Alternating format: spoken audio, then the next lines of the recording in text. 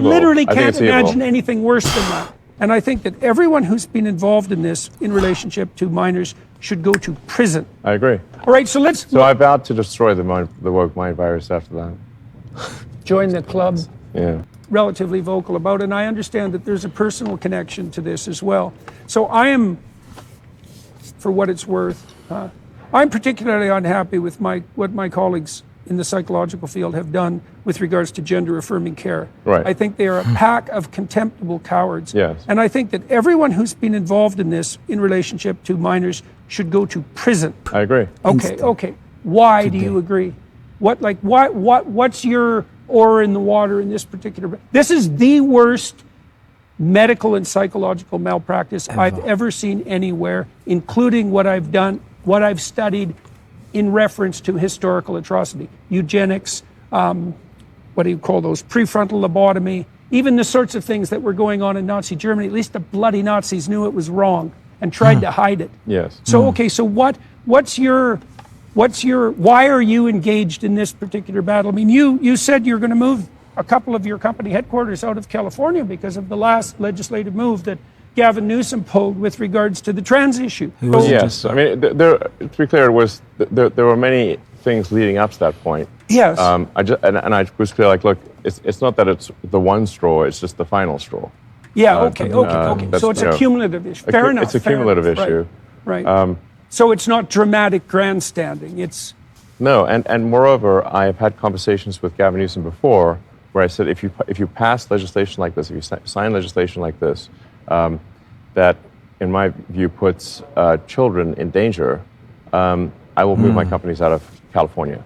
And he knew that ahead of time. Okay, you've talked to him directly about this. What the hell is he doing? Like, I cannot understand. I really cannot understand.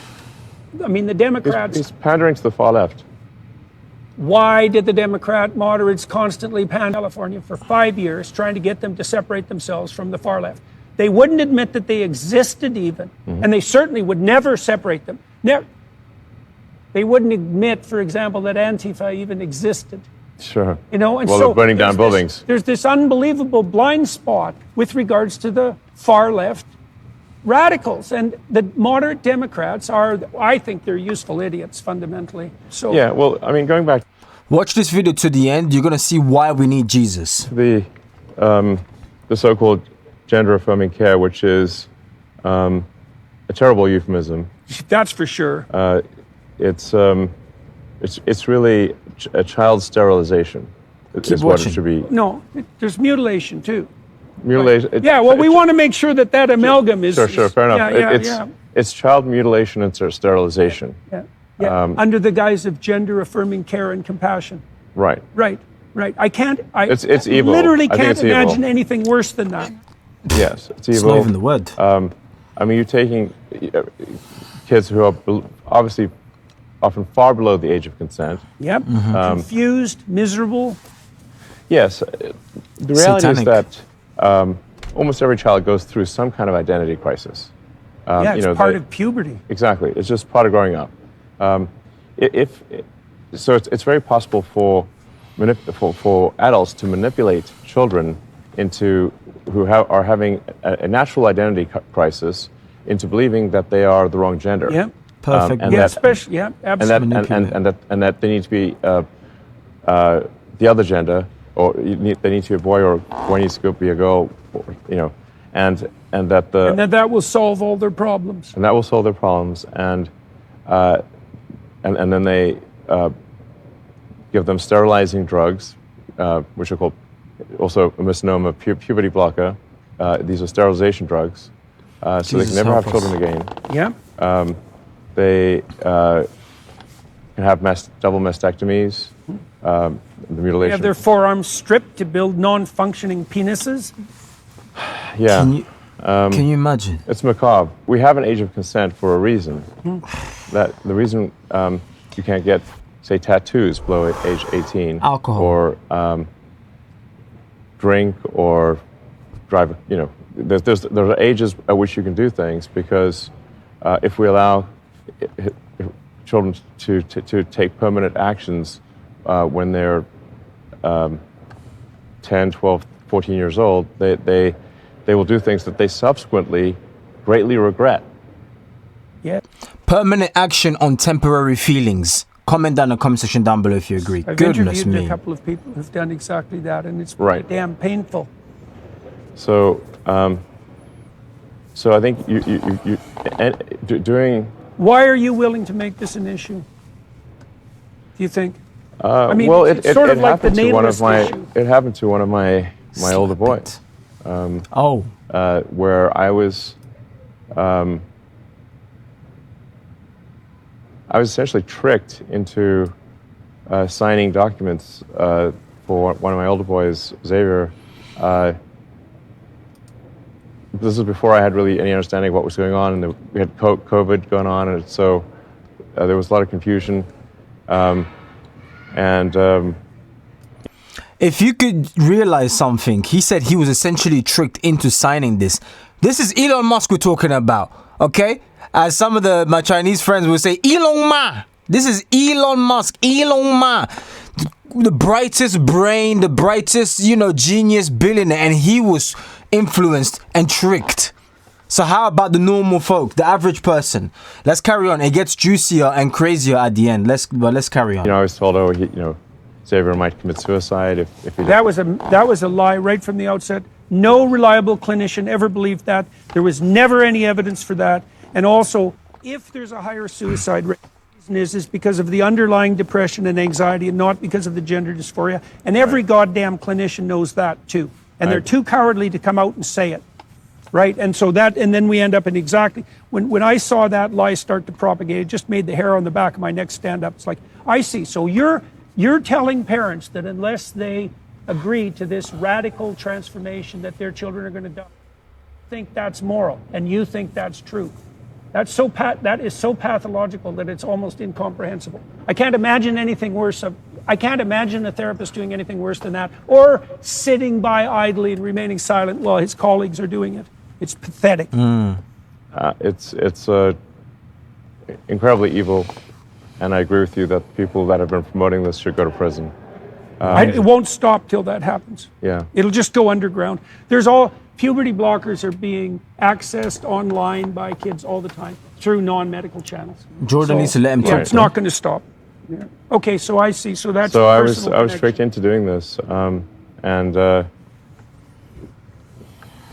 it wasn't explained to me that puberty blockers are actually just sterilization drugs.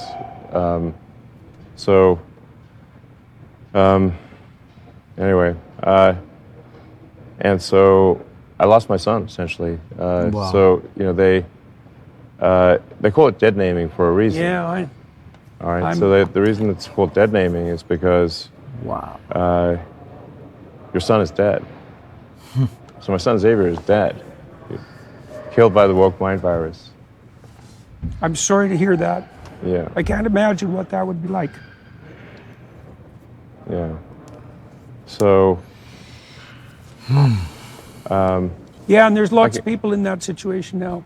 Right. It's not pretty, and lots of demolished kids. Yes.